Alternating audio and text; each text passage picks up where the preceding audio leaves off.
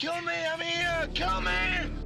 What are you waiting for, huh? We're friends to the end. What are you waiting for? I'm here! Kill me! This is the end, friend. Demons to some, angels to others. Boogeyman, I'm scared. There's nothing to be scared of. Are you sure?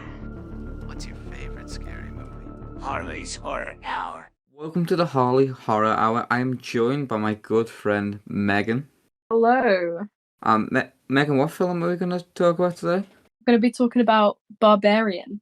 Me and you watched this last night, didn't we? For like first time for both of us. Indeed.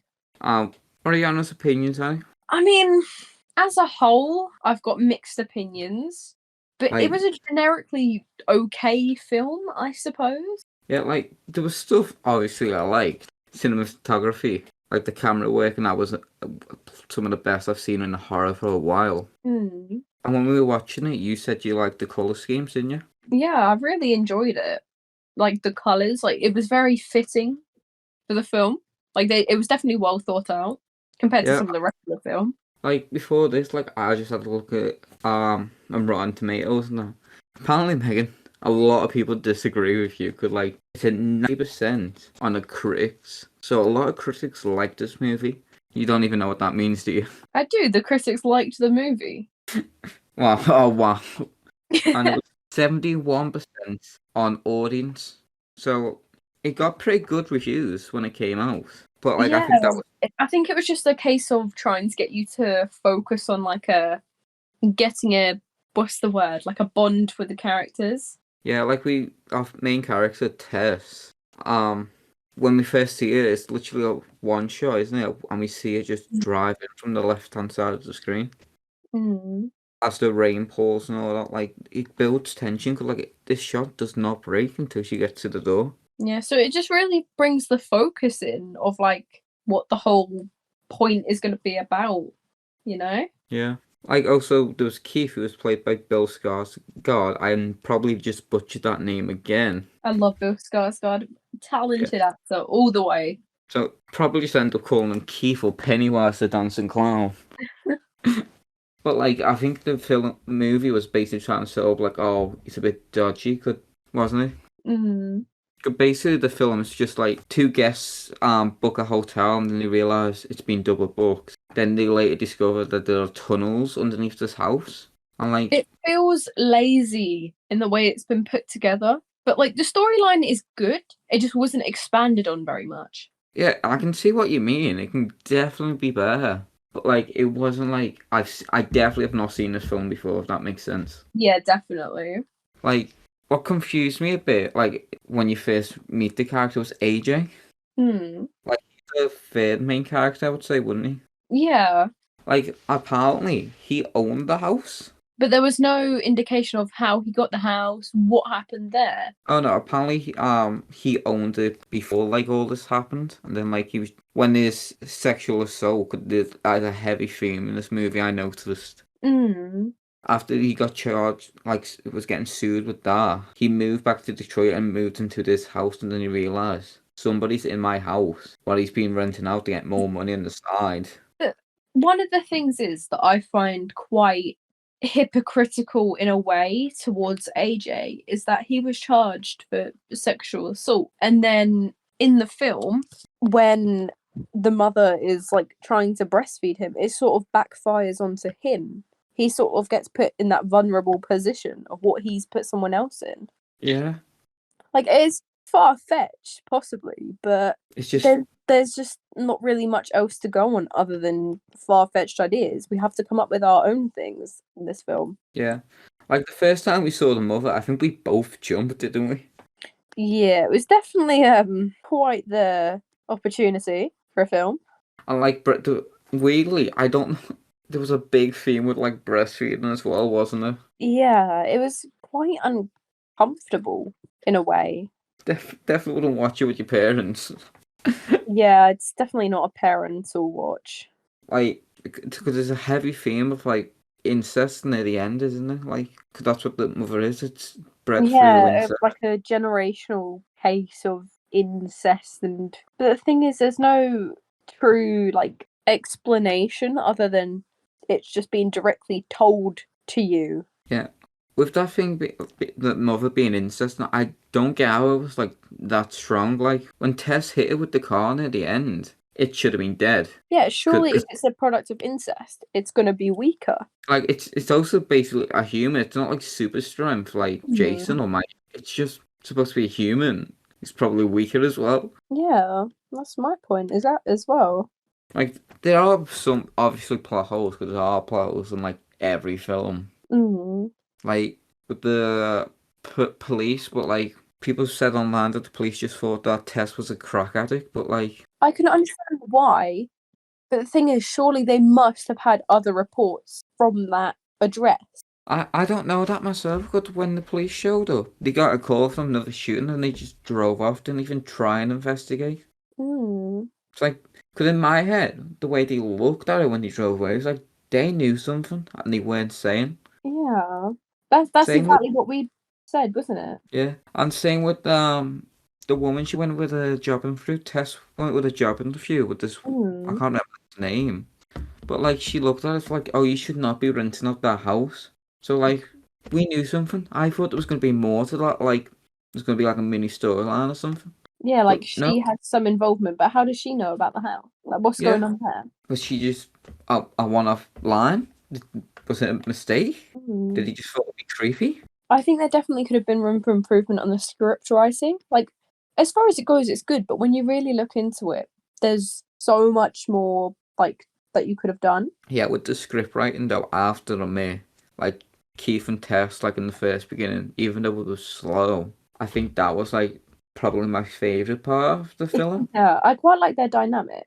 Yeah, like, cause when you see Keith, he lets her into his house, realized they're double booked, but Tess is obviously worried, like, who is this man?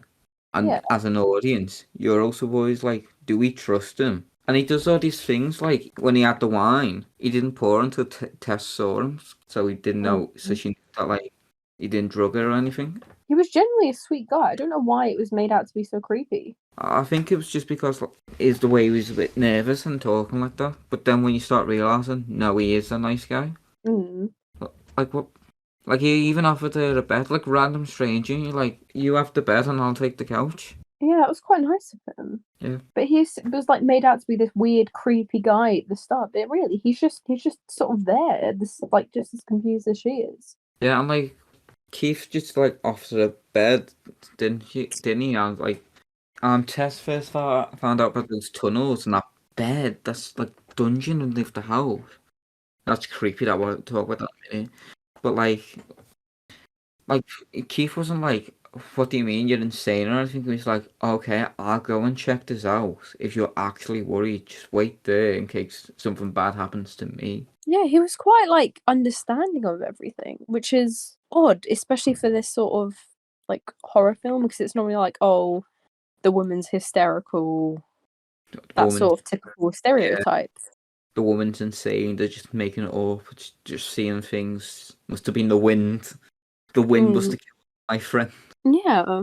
But like Keith was definitely one of the highlights of this film. It's a shame that he didn't get more of like a backstory. Like, why was he there? Like, I mean, that could have been passed up upon, but it would still have been a good plot point. They did say, I mentioned, he said he was in a artist, like a band, and scouting in this side of town for like to buy off the entire block for like houses. Yeah, I wanted more of the context, though. Yeah. That's what I'm after.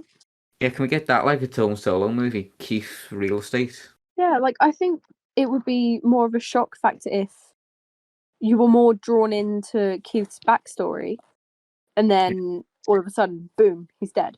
Yeah, like looking at reviews and that, it literally says like the audience are getting like this impression that, and this is what I even got. Like, I got like Keith was up to no good, but like cause that's what you expect. That's what they want you to think, that he's up to no good.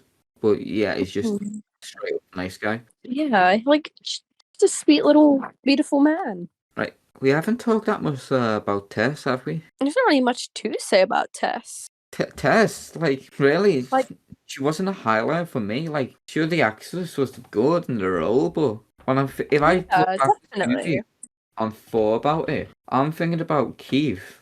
I'm probably AJ because how much I disliked him. Yeah. Oh, and also the homeless man because he was a legend. Oh, Could have yeah, definitely. could the same like Keith when they introduced him. They want you to give off like, oh my god, something's about to go wrong. He chased Tess down the street, didn't he? Like, streaming his arms, waving, don't go in that house, banging on the door. Like, if that happened Yeah. to you outside your house, you'd be like, I'm calling the police. Mm. But, like, when we found out later, he knew something was in that basement in Tess's house, what she was renting, and was trying to protect her. So, like, it Yeah, definitely. just turned that stereotype into something, like, very positive. What basically Mm. says, don't judge a book by its front cover. Yeah, quite literally. I'm not saying like if a man chases you down the street saying come here, give us your money or something, you should not stop. You should probably run. Mm. But like, it's just a very big case of judgment in this film. Like the way Yeah. the homeless man was judged at first glance, the way she started to judge Keith because he's a man in this like obviously very eerie setting. Yeah, and like you can also look at that like when we flash back to Frank like later on in the film. But Frank, Yeah. when you see his neighborhood, he was just like a standard like person in town. Like nobody saw anything bad as him. Like when we caught later on, like when we see what he does later on, it's disgusting. Like Yeah, it's really it definitely gives off the vibe that they were going for. yeah, they got where they wanted to go with Frank. Oh, definitely. Like he looks like a normal person, but no, he's bloody disgusting. Yeah, but I just want to know the context for how they came up with that sort of character. Frank or the mother. Frank. I think Frank, unfortunately, might be based off a real person. Oh. I don't know who, but I had a quick Google look before recording this, and it said that there was something that was based off. So I don't know. I'm guessing that was something to do with Frank. Right, let's have a look. Yeah, the real history of Brightmoor's an area in Detroit that has become very heavily abandoned, with thousands of houses demolished, particularly around 2010. This has happened because of the rise of crime rate. The movie uses that to weave its own story about Frank. So, like, they used the abandoned houses in Detroit were real, and just put Frank into there. Like, he's still living in those places, doing those horrible things to women. Like, Frank was just like looked like your local plumber, but then he came in and did that to women. It was horrible. Left the windows open. Yeah. Yeah. I mean, I know. We were saying like the mother who is the creature. Like we didn't even know what they were called in that at the time. It was. The suit was all practical. What I found was dead cool because I like all my practical stuff. Yeah. But like some weird things, I like the fact that it wouldn't attack you basically if you didn't attack it first. So if you attacked it first, then it would attack you. That was like kind of unique, I think. Yeah, and it's just odd how out of all of that incest, that's what the product of it was. So weird to say that. Like, here you have your entire mother, your sister, all the same person, by the way. And this is what we get next. This giant creature. Quite literally. Like, I don't know, the film was definitely creepy. I think it was a good film. It's just there was definitely room for more depth on just everything and more elaboration. Yeah. I know it sounds dumb, but when that monster was introduced, after it unfortunately killed Keith, it just became a bit less scary for me, if that made sense. Yeah. Don't know about you. I think there should have been a bit where, like, Keith had to protect Tess, for example, more than what happened. It was just a very big shock. Yeah. And instead of following along with most of the plot points, you were just left wondering, where's Keith? Like, obviously he's dead, But there's just the case. You were mainly wondering where Keith was that entire film, and I was just like, he's dead. He's No, gone. He's not I coming back. understand, but like the motive of what happened to his body after, like, was it fed to the woman, the mother? Sorry. Could they said there were more than one victim, so like before Keith and Tess. So for we know, like we don't know what happens to those bodies. And there was more than just the mother down there, but there was no actual depth. The only furthest thing that went down there was Frank, and Frank ended up killing himself. I think that homeless man, when he says the mother's not the scariest thing down there, I think he was on about Frank. I know that when you look at them, you're like, probably she's scarier, but in It's probably actuality, a case of, like, Frankenstein and Frankenstein's monster. yeah, like he's Like, made her. creator's the scarier thing. Yeah, cause like we didn't see what was on those tapes, but it was heavily implied. Like especially with that room what I mentioned before. Like Yeah. when we saw that room, we were like, "What is this? Is this actually a sex dungeon?" And it was. Yeah. Like when we saw the camera there, and like you were saying, why does nobody pick that up and film it and see what's on it? You're kind of glad nobody saw what was on that, and like we didn't see what was on it. Until AJ started looking back at all the tapes, it's obvious that was what was in it. As soon as you see the tapes where everybody's names on it, you're like, oh. I actually think I felt good, like you know what's on them. Like it's horrible. I think it's good that they didn't show it. There was enough of the story to imply what had happened. Yeah. Like literally there was a woman in the Frank flashback, yeah, who had this yellow sundress on. Remember? And like Yeah. when AJ got down into the basement with Frank, I literally pointed out and said, that's the woman's dress from the Frank flashback. So like that was my first hint that something worse was down here. That Frank did something really bad. Well, not my first hint, but like the one what like gave it away the most, I reckon. Odd. I remember putting on my note because there was a certain shot of AJ. Because he was taping out he was taping out like the dungeons and that. And he pulls out a knife and it goes from like this POV shot, doesn't he? Yeah. And I said, that reminds me a lot of Resident Evil. And like, I get with that house and all that, that's what this kind of did remind me of. Have this somehow. Yeah, I get what you mean. Like, there was another amazing shot with the Frank flashback. Like, where he was just tracking him from behind. Like, going about his normal day. And I don't think I've ever seen that in like a film before. Like, it was tracking him driving through his car. And like, Yeah. really unique. I wanted to see more of the relationship between Frank and the mother. The only link that you can really see is, it's probably one of his ancestral children, and the bell. Yeah, like we saw the bell. Well, I thought he was gonna ring, and that's how I thought AJ was gonna die. Yeah. But no, he just ended up shooting himself. Mm. One of the dumbest thing AJ did in that film, I think I laughed while seeing it. When Tess came back down to save him, he just shot her. Yeah. Like, and that's, I don't know why, but like, someone shouts hello to you, bam, open fire. He's just an man. That's all there really is to him. Yeah. And then there was then after that, they finally got out of the house, didn't he? And then they realised, oh crap, the mother's gone, looking for us. Let's head back to this homeless man. He can keep us safe, even though he's a homeless man. Yeah, and then there's the irony of, she'll never come down here, and then he just gets his head ripped off. Yeah, he just gets ripped in two pieces. It's just, because you notice in that entire film, AJ was just a dick. Yeah, that's just his character though. The Hollywood actors. Yeah, like very selfish. Like only cares about himself. Like literally, when that creature killed the homeless man, I noticed that I think he even pushed Tess over. I can't remember exactly. And full on sprinted.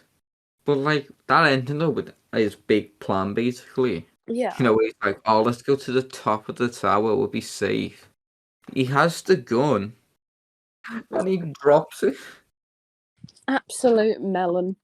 I just like, how did you manage to drop it? Like, if you're that scared, I can understand, like, oh yeah, your hands might be sweaty, your knees are weak, mum, spaghetti. But there's no excuse. Yeah. And then when they both realize, oh, they're both in danger, he literally tossed, I kid you not, threw Tess off. And he went, come and get your baby. Woman. Yeah. And it was one of the funniest shots I think I've ever seen. The mother jumps off to the road street. Away, because it's like she's protecting her supposed baby, whereas her supposed father just hasn't bothered with her. So it's like, where has she found this loving, well, somewhat loving side? Yeah. Like, I get that, like, there where, like, her father didn't care about her. Like, so, and she just wanted someone to look after, basically. But what's happened about the mothers? Like, before her? I think they probably died, but it was the Frank flashback we said was in the 70s. I don't know if the film actually said that, but that's what me and you both assumed. Yeah, it's only really reasonable. But then you've got to think generationally, how, like, the age gap and stuff. There's just a lot to. I don't know. Like, it's a dark subject to get into, but Somehow picked a really dark movie. yeah, it was definitely darker going into it than, like, first thought. Yeah. It's like, oh, this will be a fun little film to watch. Nothing bad will happen. I just thought it'd be like a haunted house kind of thing, like The Conjuring, but maybe not. I definitely don't think it was. Like, AJ got, I think, if there's any kill in that film, well, it's like the best. I'm gonna actually say AJ got the best kill. Because I think Keith's one, even though it was unexpected, it wasn't bad or anything. But like, because it was too blurry with the quick flashes and all that, you couldn't see it as well. Yeah, I just really wish there was more of Keith. Like, you should have been able to grow, like, attached to the character more before killing him off, but that's just my opinion. I think they did that on purpose though, but like, could they like, oh, this character's not actually bad. Well, people might still think he is, so let's kill him off to surprise the audience. Yeah. But you gotta admit though, when AJ at the end though got his thumb stuck in his eyes and his head split open, that was pretty sure that was practical effects as well. Well, yeah, there's quite a lot of it in there. But this was dead low budget as well. Well, I say low budget. Low budget for America because it was 4 million. Like, low budget to us would be like £2. And they made nearly like 10 times, didn't it? Like, could have got 40 million. I'm not good at math. Could have got 40 million, didn't they? Yeah, around that. Some of the other notes I had, was the music. Like, I don't know if you noticed it. I think I pointed it out actually. When she first went into the tunnel, you could hear this like techno music. When she started walking down, it started echoing a bit, and I was just like, "That's cool." Like, I don't feel scared. But, like, tunnel was very cool. Yeah, like you could hear like all the sound echoing, even if like the music and that was had this echo vibe to it. That was cool. Yeah. Oh, one of the things I did have as my notes, what I didn't like, because I thought it was out of place. Going back to like just when Keith died, it's when it suddenly just swaps to AJ. Like, I don't know this character. I want to know what just happened. Transition between them. I don't know what just happened to Tess. Is she safe? It's like, is Keith still alive? Was he dead? We know he's dead, but like, and like, what happened to bandmates? Like, were they looking for him? I don't know. Like, we never got found out about that. Like the first, because I just put like, I didn't like the sudden swap to like the B plot. Because I'm guessing that's because like it just felt out of place. Because like straight away when we met him, I didn't like him because he was sitting in his car blasting music. Then he got a call saying that this woman's suing you for sexual assault. Yeah. Like straight away you're getting fired from your job because it's like it was a character straight away. I'm guessing that well, obviously you weren't supposed to like no matter what. you don't like him. Yeah. I'm gonna guess there's nobody watching this film who goes, AJ is my favourite character. It really shows more about yourself if he's your favourite character. Yeah, or it could be worse. You could say Frank's my favourite character. Oh god. Like, I think he was a good actor, the one who played him. Justin Long, I think that's his name. Yeah, he was good in the acting role, but like what he was probably told to do, like, A, just be selfish and all that, like, amazing. Like, I'll give him that. Yeah. Well, I just didn't like the way his son just swapped, if that makes sense. And like when it took a while to get back to where we just came from, if that made sense. Mm-hmm. Because like soon as we left Keith and Tev, that was the first time we saw the creature. You're like, oh crap, we were based in any other horror film night. You want to stay with that for a bit? Yeah. Then go. But we just went straight, like just gone straight away. So it was like, I want to see more of this creature. I want to know more about it. So when we got back to the house, he started tape measuring everything. Then he dropped the tape measure, and that's when the Resident Evil shot came in, wasn't it? Yeah. And we saw the creature again finally, and he was giving him this massive bottle. And then he got forced like to suck on a woman breastfeed, didn't he? Yeah, it was really uncomfortable to watch, and as I said, it just shows the hypocritical side of things, where not hypocritical, ironic, as he was told that he had assaulted someone, and then all of a sudden this is happening to him. Yeah, I get what you mean. Like, that's what I describe as karma, but in a weird way. Yeah, it really does bite you in the arse. Like you said when we were watching it, I think you would just bite them off, wouldn't you? Bite the nipples off. Yeah, I mean, if that's going to be in your mouth, you're going to do whatever you can to just get it away from you quickly. Obviously, it'll be a horrible experience trying to bite it off. But, like, it wouldn't taste good, but at least you'd be out. Mm. So, after all that, after we've basically just talked about it, has anything changed your opinion at all? I mean, I definitely have found more reasons to like, but also dislike the film. It's just the planning that's gotten me. The storyline is good. It's just, there's a lot more room for development. Yeah, I can definitely see room for improvement, because I think, I'm not 100% sure on this, don't take my word, but this might have been the director's first time. Yeah, I mean, he was even in the film I saw. Yeah, he had a little cameo, didn't he? Mm. Hang on, just doing a quick Google. Okay, no, it wasn't. My bad. No, he's done a lot more films before this. Because I know a lot of days now, a lot of horror films are getting made by old stunt producers, like stunt coordinators. So that's why there's a lot more action in them. So I thought like maybe he was one of them, but no. Mm. But like Zack's direction, like, what do you think of Zack and his direction? Sorry, say that again? Zack, the director's name. Oh, yep. What about him? Oh, what did you think about how it was directed and all that? I mean, it was definitely directed really well compared to some other films.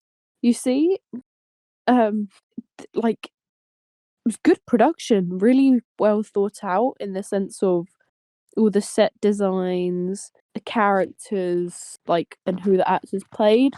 I quite enjoyed that side of things. Yeah, like, I could definitely see him, like, right now, that was his last film that he's done, but I think if he does another horror film like that, I'll definitely watch it. Mm. You gonna watch it with me? Yeah, I mean, I think they should do a second one. Would they have anything to do for a second one? 'Cause the way that ended, I don't think they could. I do like sequels and that, but there's some ones where, like, maybe you should just leave it there, and I think that's one where it's like, no, just one film would do. So what would you think for the sequel? Honestly, it just depends how they do it. Maybe have the help of like another director, like who's more experienced in planning sequels and getting another script writer in. Yeah. And just a bit more research. Yeah, I think he wrote it as well, so. Yeah, there's quite a lot of fallback on his shoulders. Yeah. So, would you recommend it to a friend? I don't think recommend is necessarily the term I would use, but if you're bored and you really want to get your mind thinking, go for it. Yeah, like if you want a good thrill, like a good mystery, like then this is really a good film, is it? If you like a lot of plot turns, then this is your film. Anything else you want to add? No, I think that's it. Sorry, yeah. Well, in that case then, Meghann, thank you for joining me and thank you for watching the film with me. No worries. And I'll hope to have you back again soon. If you'll have me, I will gladly do it. And thank you Goodbye. for listening. Goodbye now.